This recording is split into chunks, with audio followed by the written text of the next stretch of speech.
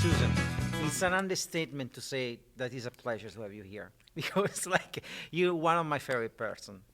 I mean, I should have told you this offline because it sounds like now I'm reciting a script, but trust me, uh, I'm glad this is the second time you are like aboard like the mothership of Transatlantic and Ocean 17. It's a So good trip. welcome. I thought I wasn't going to get to go twice. I'm very privileged that I get to take the voyage across. How does it feel to be in Las Vegas for Leah? I always think that Leah is a reunion of people, which so I always look forward to it because I figure I'm going to see friends that I haven't seen in a while, and I'm going to meet some new people. I already like last night met a couple of really just fun, interesting people. I like that that there is like I said, a reunion feeling to it, and I think there's a comfort. There's a It's real true. Yeah. real comfort to the tradition of coming to the same place. It's and true. It's true. familiar, right? It's familiar. Yeah, which is I think interesting about advertising in and of itself.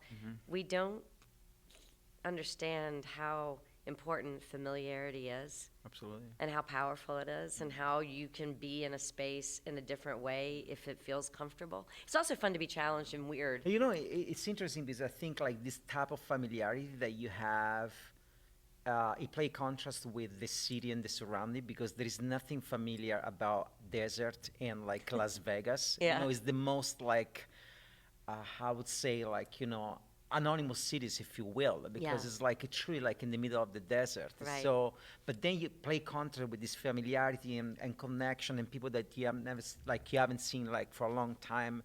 It's kind of beautiful. It has a different kind of like emotional chords. That's what I believe. That's why I like Vegas in a certain kind of way because it plays certain kind of notes that I wouldn't be able to play like in a different cities. You know what I mean? It's like yeah. Anyway, so 7 questions like the 17. I will go with the first one. Okay. Okay.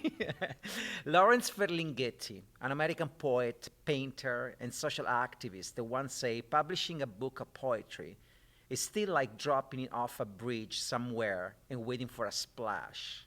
Usually you don't hear anything. Now, despite all that, he founded City Light Books, a bookstore that became a refugee for like the beats in the 70s. I used to go there Right. every single time for lunch break when I used to work in San Francisco, in North Beach. Now, Lawrence believed that a bookstore should be a center of intellectual activity. He also knew that this was a natural step towards creating a publishing company.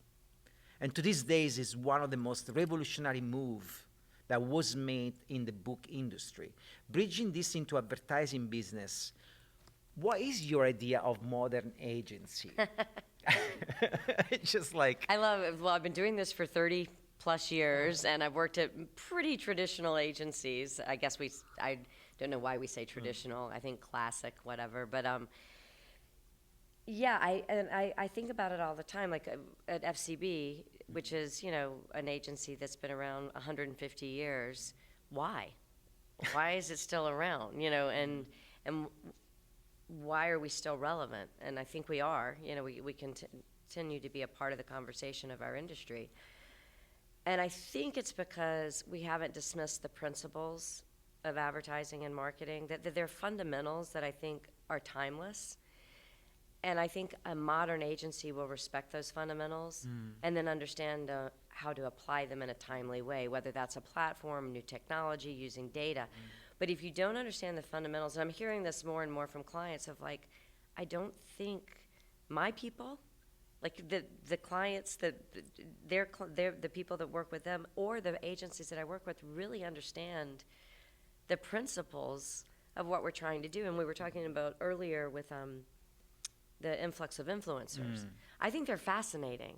I think it's amazing how much they can stimulate a business overnight just with their power, their influence. But I'm not sure they understand how to build a brand. And so I think a modern agency will be able to hold a vision that's bigger than in the moment and be able to create a partnership with clients that also want to go on that journey of building a brand that's bigger than an ad. But it's still an agency that has fundamental, that you really get the fundamental right. It reminds me of those, they say in dancing, for instance, like if you have like a classic ballet background, you can go and do whatever you want. Exactly. But you can't do the other way around. You need to get your fundamental rights. And I think that it's worth this it can go anywhere, in sports and in life and they even say semantically when you are a writer, know the language first and then you can break it. I think that we are, too many of us think you just fall into it and go. And same, we might have talked about this before, but I love your example of a musician, a dancer that, I had a friend, I still have a friend, I have three, no. Three friends is three good. friends, Man. it's amazing. Yeah, but she was a principal dancer with American Ballet Theater, and I would go to ballet class with her. And, she goes to the bar and she does all, tells her body what she needs to do. And then she goes out in center and dances. And I think that that's that fundamental. It's like if we don't go back to teaching fundamentals, I think we'll lose the value of creativity as it applies to advertising and marketing. Absolutely. Second question. History is filled with discoveries of monoliths in the deep abyss of the ocean, but sometimes the ocean isn't the place we should be looking. Here's a mysterious chain of events. In late November 2020, a monolith was found in the middle of the Utah desert. Following this crazy discovery, the same type of monolith was found in Romania, Spain, and Netherlands, California too, and even in the Isle of Wight. Artists began taking credits for the monoliths, but no legit name has come up yet. Then just recently, a metal pillar has shown up in the southern region of Turkey. This is kind of a mystery, where the oldest temple site is, and the metal slab had an inscription, and it read, "Look at the sky if you want to see the moon." Mm-hmm.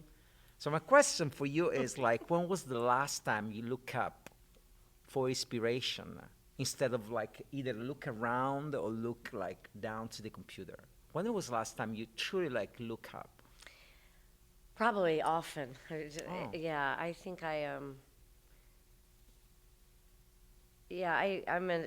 turning 60 in a month, this month. And it is a weird moment of reflection of, this long journey. We were talking earlier about, thinking about when I was younger and, what drove you. It was just needing to pay rent was a really great motivator early on. And it's funny when you're down at the lower level of Maslow's hierarchy of needs, it's kind of comfortable, weirdly enough, because you're like, why am I getting up in the morning? Because you need to eat, you need to, buy some clothes, you need to make sure you pay your rent, and you're driven, and then you get to this place, and you're like, what drives you now? And I do think for people drawn to this industry, letting your mind wander and be creative and go places and move around in space is, I do that. I would say I do that often. Do you because as you were speaking, I was imagining this visually, and it felt like you are climbing, and then you plateau at one point. Mm-hmm. And as you plateau, you're able now to see everything because you are elevated, but now you're able to roam around and wander, and do you think that this is one of the good side of growing the business or Yeah, it's interesting. I've been talking to some other people that are sort of sitting where I am right now, and what's really cool about this business is that you're always, whether you think you are or not, I think training for a side hustle. Because if you think about what we get to play in, what we get to do, who we get to meet, you don't realize, but I just had somebody call me and said that they were playing around with a little music production company thing, and it took off. And he's like, I think I want to go do this now. And I'm like, you should. And I think we should as creatives in this industry, if I wanted to tell someone why this is interesting, is that you're going to be practicing your side hustles every day, whether it's writing, designing. Like this friend I just met who, he was an art director at BBDO with me, but he's really sort of landed in some pretty cool design situations. And he actually moved to Vegas to do sort of events and design structures out here. But he was saying, I'm in advertising, but I also have this thing that's happening too. And so I think we should celebrate side hustles. I think that they keep us interesting. I mean, this business can wear you down a little bit, especially like when we're talking about if there is lack of respect for the craft or a desire to put something in the world that is a little more beautiful or matters. I remember when I first started, I would say, I thought this was interesting when I was at the journalism school at UNC. I'm glad that I came up through advertising through journalism, because at that time in the 80s, there was a big, I don't know if it exists anymore, but it was about your ethical responsibility that when you put something out in public that people aren't choosing to buy, but you're just meeting them, you need to be responsible with that.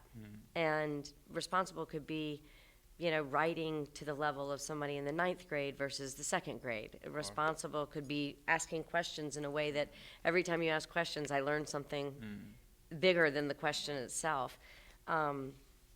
We had the same path because I come from journalism as well. I graduated in journalism, and it's interesting because I think like he helped me a lot get into advertising without an advertising school. Yeah. It's really like it give you an age that normally like you wouldn't get if you come like from a traditional coming up from a traditional advertising school, which is right. I mean, it's not that like it's better or worse. It's just a different path.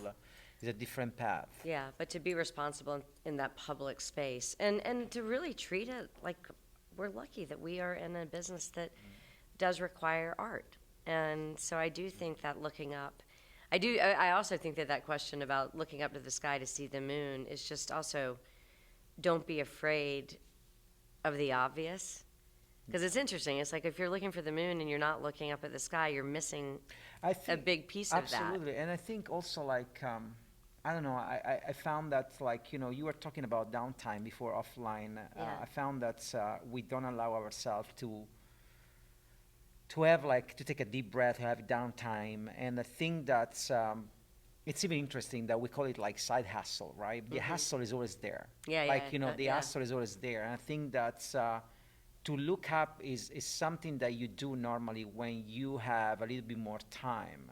Like I was I was like chatting on the phone with my mom a couple of days ago, and she asked me like, with all those lights in Vegas, like you still see the stars? And that made me think, well, I haven't looked up actually.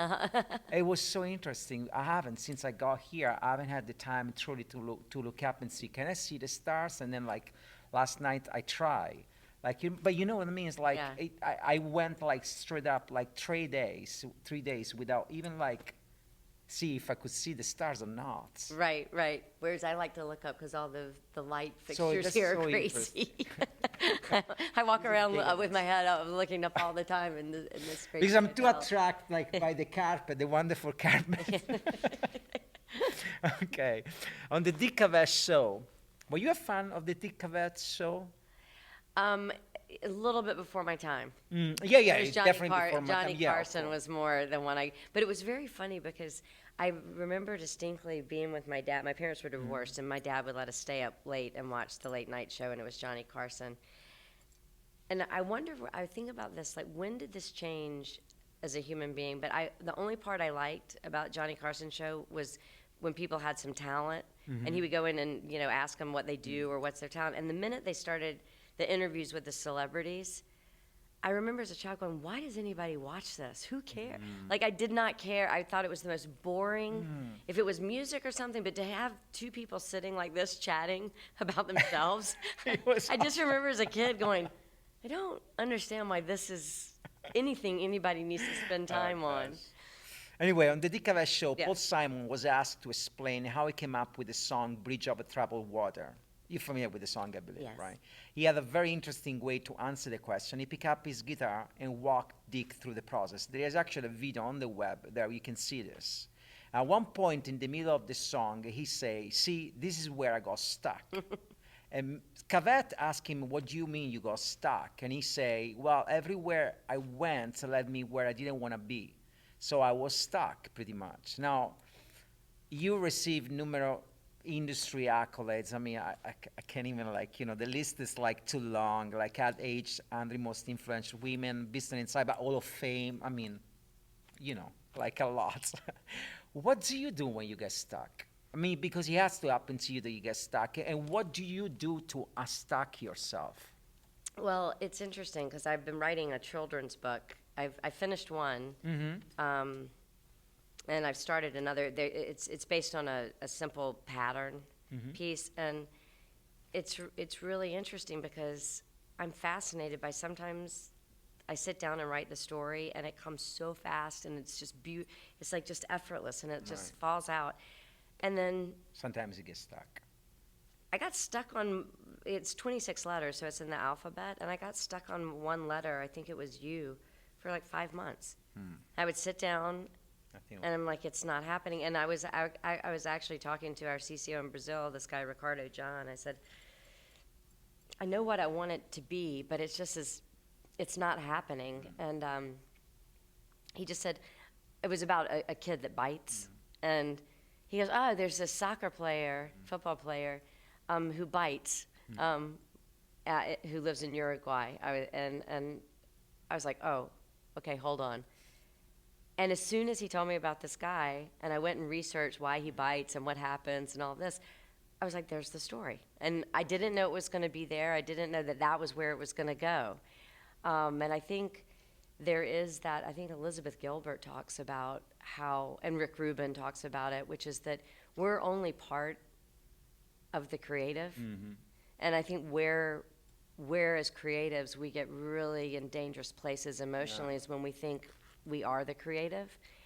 So the space, to stop, like put it aside. But one thing that I think you did there, it's remind me like what Francis Ford Coppola used to say, means like be available all the time, even if you're stuck, right? Yeah. But you were available because you talked to that guy, and as you were talking to a guy about being stuck, somehow it's like being available, and then like the thing came to you. Yeah. And I think that's what I found. I was writing, like, during the pandemic, I completed this, like, I wouldn't call it a children book, but it was like conversation I had with my daughter. At the time, she was 4 years old. And I just, like, compressed them in, like, a narrative poetry chapter, and it's called The Savage Kid. But I would wait every single day for her to say something that would, like, hit me, and then I would write. Yeah. And I remember for an entire week, she didn't say anything that was worth for Your me, like, to muse write it went down. mute. Yeah. But I always kept, like, in mind this, like, being available, like, trying to keep the door open, because it's very easy sometimes, like, you don't realize, but you shut the door and nothing comes at you. Yeah. But that, even like talking to that guy, or like, or even keep thinking about it, is like somehow it's being open, it's being available. Yeah, and it makes me mad. Like right now, so it's 26. The stories, there are 26 of them, and they sort of they honor the alphabet and the number of the letter. So the stories get longer as you get closer to Z. And yeah, I'm working on one now that I so wanted to be about New Zealand. They're all snake stories, which is weird. All snake stuff. Yeah, it's all through the eyes of a snake. Snakes. Are you fascinated by snakes? No, I actually just needed to I wanted to see if I could do this next book with a theme. And so I needed 26. I needed something where there were 26 common themes that started with each letter of the alphabet. And when I was looking, I found 26 snakes that correspond to the letter of the alphabet. So I'm like, okay, I'm going to go. And I didn't know where it was going to go. And again, that's that kind of like, this is the hard part about advertising, is we get briefs, and we have to, what's really fun when you're not dealing with a brief is that you are allowed to sort of just get in the river and let the river sort of take you places. And it's really, when I was younger, we would go tubing down the Nantahala, and we were kids, and so the adults would always say, if you get sucked into an eddy, let go. Don't fight the river. It'll pop you up and push you out, and you'll be okay, but don't fight it. And I think creativity is a lot like that, is that Don't fight it. don't fight it, let it, and just let it go. And by the way, you might go, well, I didn't know we were going to head that way. Yeah. I didn't know we were going there. And then sometimes I find when I'm in my best place, I'm as surprised and delighted about what comes up. Like, I'm like, whoa, where did that come from? It's weird. It's great. Don't fight it is, I have like the thumbstone of Charles Bukowski on my forearm, and on the thumbstone there is written "Don't try," which means like don't force it, don't try, don't make it like But it's so like the way you think about things becomes so meta, because it's like, wait, if I don't try, how do we move forward? And we're talking about downtime, but even in the downtime, I feel like I'm always trying to fill up the space. And in the filling up the space, you don't leave the room for something to come because in. I think, see, what you ask yourself is like, if I don't try, how do I move forward, right? But I think because we condition it to think that moving forward only comes with the action of literally moving forward. But when you actually have a downtime is moving forward, just another way of moving forward. Like, you know what I mean? It's like, or being available, even though writing, like, you had to have a time where you had to let things come to you, and then you had to, like, cook these things, and then you had to, like, spit it out again. You know what I mean? But if you don't have that, in fact, what I notice is this, right? Like in advertising, those that go from meeting to meeting to meeting to meeting to meeting to meeting, and they are creative, they are truly harming themselves, because what's happening is like you are taking, like, you are not putting anything in the tank anymore. You are not allowing anything to enter the tank. So every time you are then like asked either to correct an idea or adjust an idea, you are running on lean. You're pretty much like, you're not even using like pure fuel. You're destroying yourself, like, and you see, honestly, you see the higher you go with like a lot of like the people that spend time in meeting, whenever they try to come up with an idea, they can't anymore. But they can't anymore because they haven't put anything in it anymore. Well, when I first got into this crazy business, I distinctly remember staying late, and I was reading an award show annual back when you got the books. And this Phil Duesenberry, who was the CCO at BBDO for quite a while and kind of led it through its renaissance, and I think brought entertainment to the industry. He came by, and he was this small man, and he's like, "Susanna, what are you doing?" And I mean, like, I'm thinking, oh, it's 9 o'clock at night. I'm reading an awards annual. This can't be better. And I said, "Oh, I'm studying advertising." And he goes, "Those have already been written." And I was like, "What?" He goes, "Yeah, those are done." And he goes, go see a movie, go to a museum, go to the library, go to a record store. And it was such a beautiful moment that I don't think we tell ourselves, and especially, as we're sitting here at LEA, is should we be students of advertising or should we be students of the world?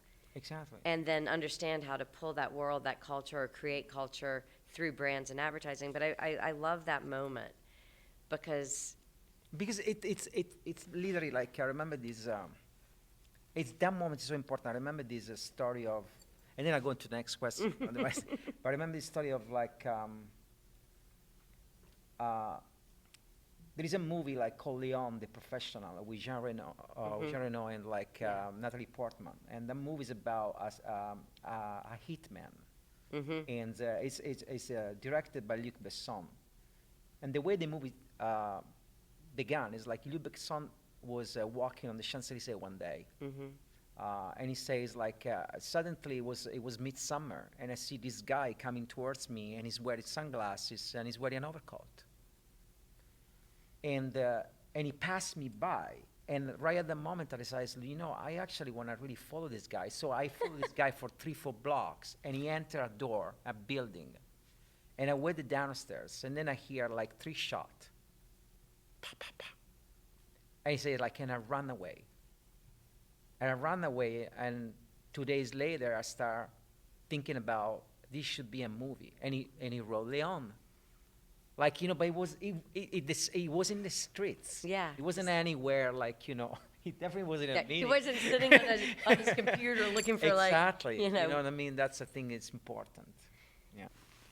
Okay, so Martin Scorsese crossed the ocean many times to convince Danny DeLewis to take the role of Bill the Butcher in the movie Gangs of New York. When asked during an interview why he was so hesitant, Danny replied, "I knew that if I were to go with Martin, I had to be all in. I had to be an ally." So there are moves in our life that require full commitment. You can't just go halfway in. And more often than not, they involve an ocean crossing. Prior to join FCB, you spent 24 years at BBDO. 24 years is an ocean on time. Yeah, really a long unheard time. of, kind of. Were you ever hesitant to switch after so many years? Yeah, I was. Or was the career shift like something that came? I'm sure it came at the perfect time, but were you hesitant? Yeah, so I loved BBDO. I mean, I absolutely, and I saw a lot of BBDO over 24 years, and leadership changes, people moving out. But it was a time in the business where most people were loyal to one or two agencies. So almost like professional sports, like, Right. prior to, I don't know when, but I mean, when I grew up watching professional sports, the team players were the team players until they retired, so I kind of had that in my DNA that I was committed to BBDO. I respected the kind of work that they did, and I wanted to grow up there. And it was hard to leave. I mean, it was hard to leave a but I truly felt like it was a family.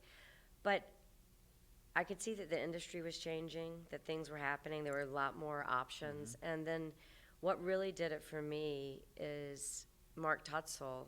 I had met him at a jury.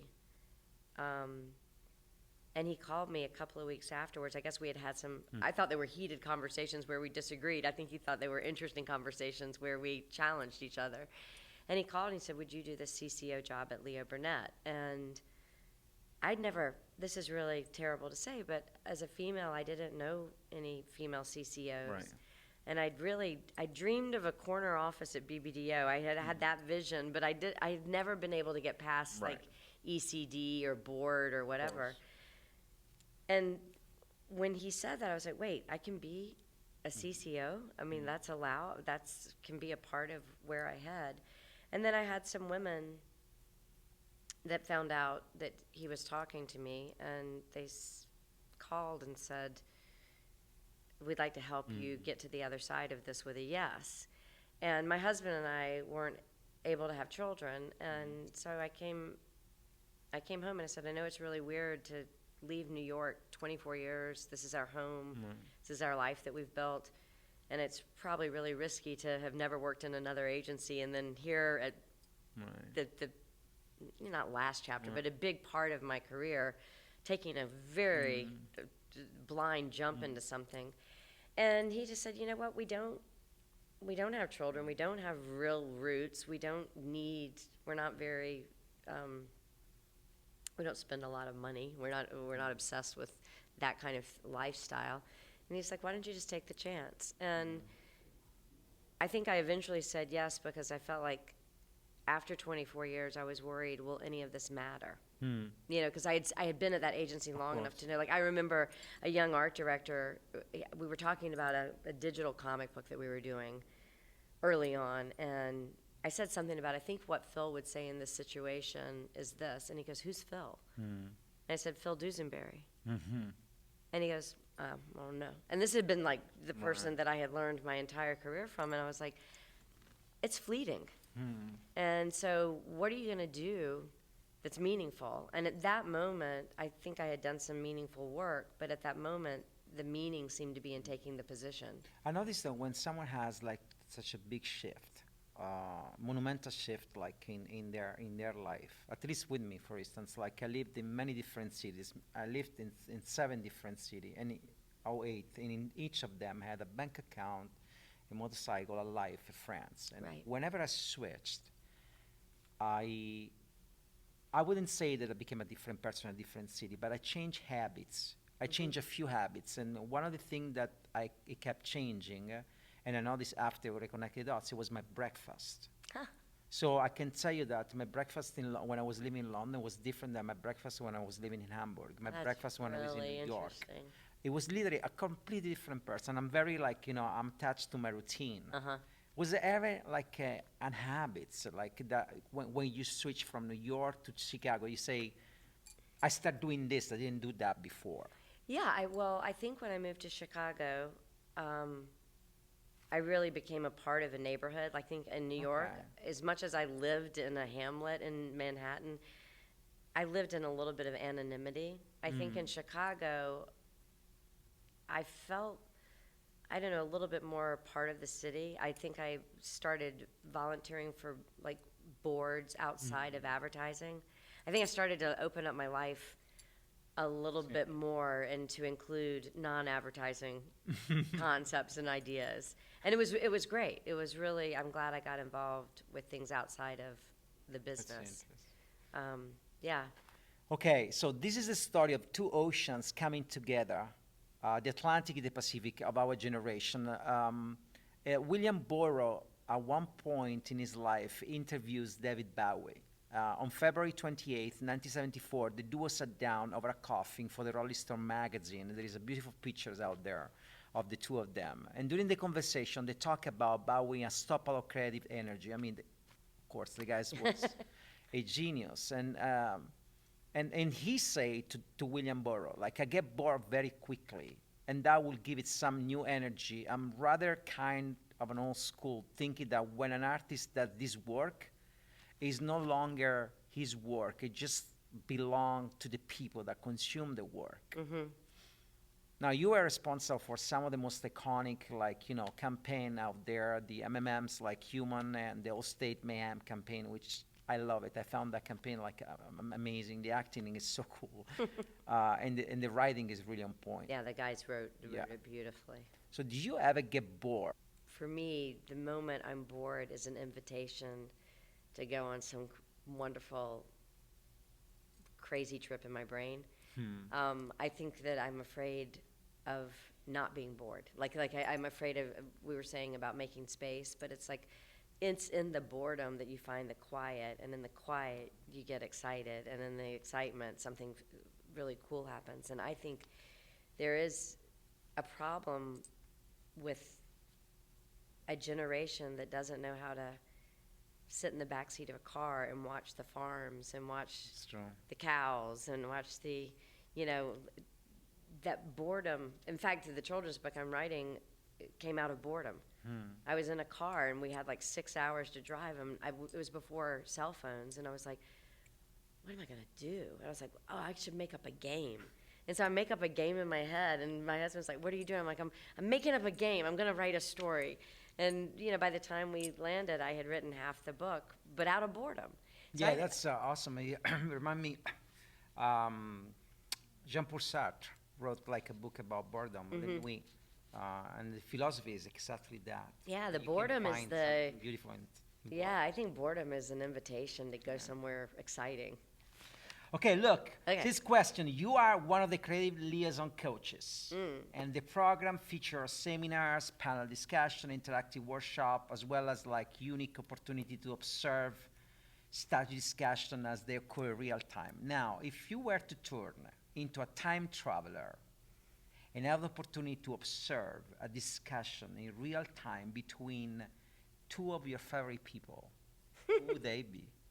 I'm always like, I think when I read this question, I was like, I'm not answering that. It's like that's the old question, who you're going to have dinner with or whatever. And I'm like, I don't know. I don't want to waste my wish on people I know. I don't know if I would like the people that I want to know. So I don't want to ruin my perceived truth of somebody and then be terribly disappointed even today I'll say something about, who I really would like to meet. I'd like to meet this person, and somebody, because of the industry we're in, they're like, oh, I know him, horrible human being. I'm like, oh gosh. okay, no. Yeah, I I don't have any real desire at this point in my life. I'm a little bit in that fate thing of like, I mean, even this, I'd be like, well, I will keep doing this. This is fun. Yeah, but I don't have any desire to, there's nobody that I'm just dying to know, what were you thinking or what did you do? I mean, and they would be the typical cliche choices anyway, so I don't know. I think I would be bad answers to this question. Okay, the last question. So we arrive at the seashore, and deep down in the abyss, the ocean looks nothing like it does on the surface. That's the beauty of the ocean. More often than not, is a lesson that we learn in our lives. For instance, Vonnegut, so one of the most, I know that you know and you love Vonnegut. Every American loves Vonnegut. I never met anybody that doesn't love Vonnegut. It's just weird. It's just like weird guy. strange. And it's weird because he majored in biochemistry, never in English. Yeah. The guy majored in biochemistry. Its foundations were rooted in technical studies, not in arts and literature. Now, you are here in Las Vegas as a president of the non-traditional category. The advertising industry still recruits talent based solely upon portfolio, but the first time I interviewed you, you say something that struck with me was like, we shouldn't be hiring upon portfolio. So I want to know, what are your recruitment approaches in 2023? How do you recruit talent? You know, recruiting and who I want to come work for the company are slightly different things. I mean, I'm the closer, I think, when it comes to recruiting. It's by the time you get to me. Hold on this, because you made a very interesting distinction. You say recruit and who I want you to work for the company are two different things. Yeah, how I recruit and who I want to work for the company. Explain me that a little bit. Why is Well, it because different? I think at my position, my role as recruiting is to be a closer. By the time you get to my office and I'm asking you if you want the job, I assume you've been vetted by Of course. everybody. So I just want you to love and want to come do this job. But who I want to work for the company, I think we need to take more chances on people. And I think that the portfolios are lovely, but it's one way in to finding interesting thinkers. And I mean, I remember, I might have told you this story, but two of my creative directors when I was growing up, one had been a bartender in the bar below the agency. And the agency creatives would go down and start to try to work out, this is back when television was dominant, so they were trying to work out scripts and things. And the bartender would be like, oh, you know what would be funny if you did this? Or you know what would be cool is if you did this? And they were like, why don't we just hire this guy? And then this same guy hired a taxi cab driver. It's awesome. They were taking a trip, and he just found him fascinating. He knew so much, and he was witty and clever. Do you think in 2023 it's still possible to have that approach? So, hear me out, because it's a fascinating story. Yeah. Say to hire a task, it's beautiful. Yeah. But do you think with all the recruitment obstacles that there are today, when a young kid interview, or even when a senior interview, they normally go through 7, 8 rounds of interviews. Right. They had to meet everybody. Do you think it's that easy today to do that? No, and I also think it's, again, the portfolio to me is almost an excuse to not be an investigator of a human. And it's also, I think you can hire in a portfolio and go, okay, I know this person. It's kind of like when Phil said, Susan, that's already been done. It's almost like the portfolio teaches you how to do a certain kind of advertising. Yeah. But a creative person might come into this business and go, let's do it a different way. And I don't think a portfolio gets us to a different way. I think it says, I know how to do what's expected today. If I talk to somebody and I love the way that they think, like there was this guy early on in my career, Stacy Wall. A bunch of UNC students came up to New York, and we went out for drinks or whatever, and I started talking to all of them, and Stacy made an impression on me. He was talking about music in a way that I had not heard people talk about music. He had moved in with his girlfriend in college, which, being from the South, I was like, okay, that's a little random, whatever. He had all these interests. His parents were curious. And I told him, I said, send me your portfolio. I'd like to continue, talking. And I got his portfolio. It was fine, but it wasn't great. And so I talked to my boss, and I don't know why I thought I had the power to hire people, but I guess I did. I said, hey, I just met this really cool kid from Chapel Hill. Portfolio's fine, but he's fascinating. And I remember the guy going, well, hire him. Because it was like, take a chance. And he went on to be a wonderkin at the agency.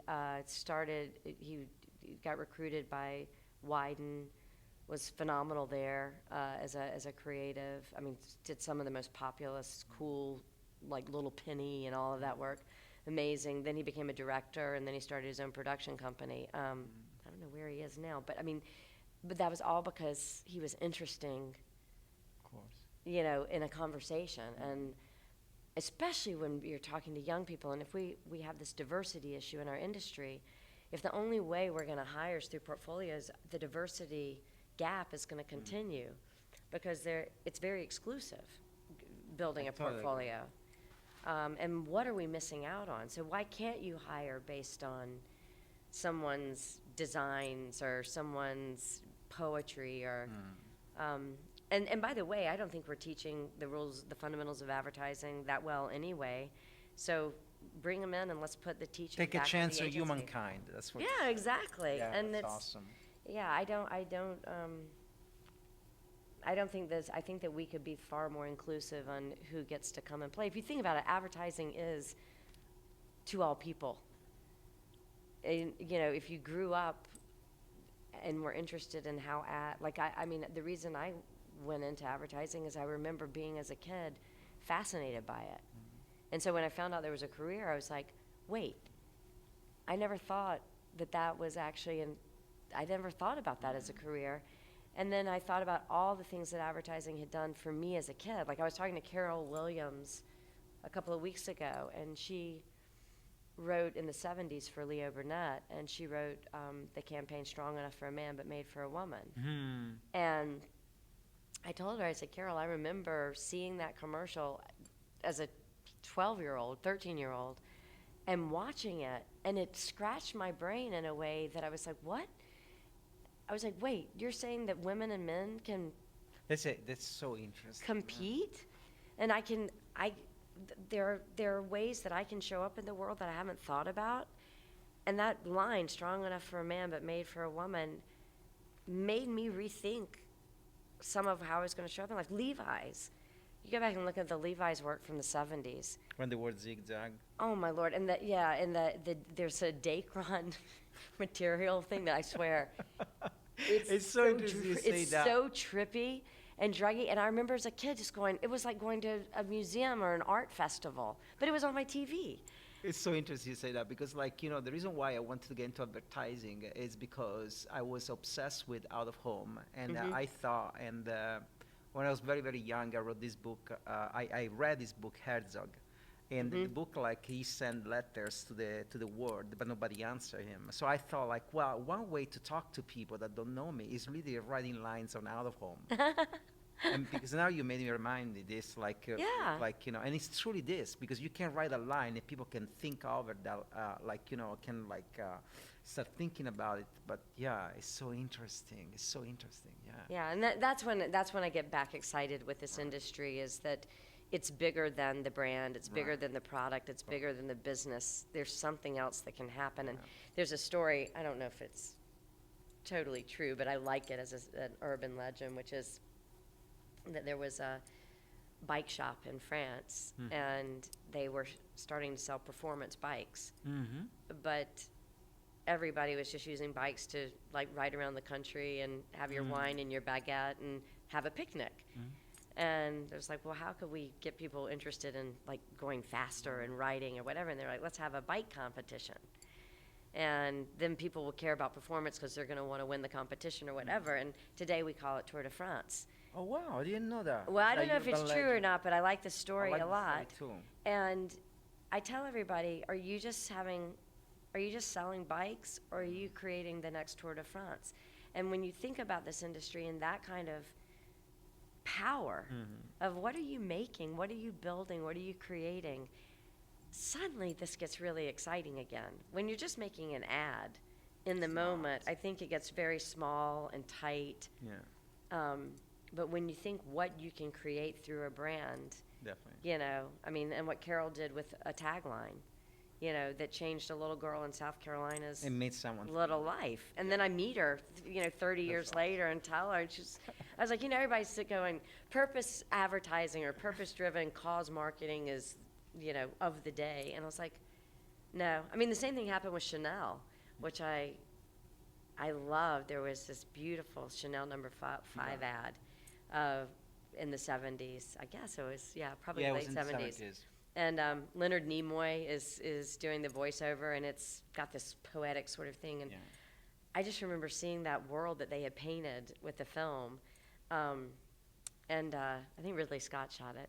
And it says, share the fantasy. And I was like, they just invited me to share that world. I get to go in there. And Beautiful. I still, to this day, there's a Chanel lipstick in my purse that I carry that reminds me of that ad that told me I was invited into a world that I thought was exclusive. And I think that's why we're hearing so much about diversity and how important it is to include more people, invite more people in, and brands can do that. Susan, it's so fascinating to talk to you. I mean, I can go on for hours. Thank you so much for being part of Absolutely. Ocean 17, and I cherish every word you say. Well, Thank you. I love this concept. I think it's a lot of fun. I learn something every time, and I go places in my mind. They're like, wow, that was a journey. Yeah. So Thank you. Thank you for having me back, so to speak. Thank you. All right.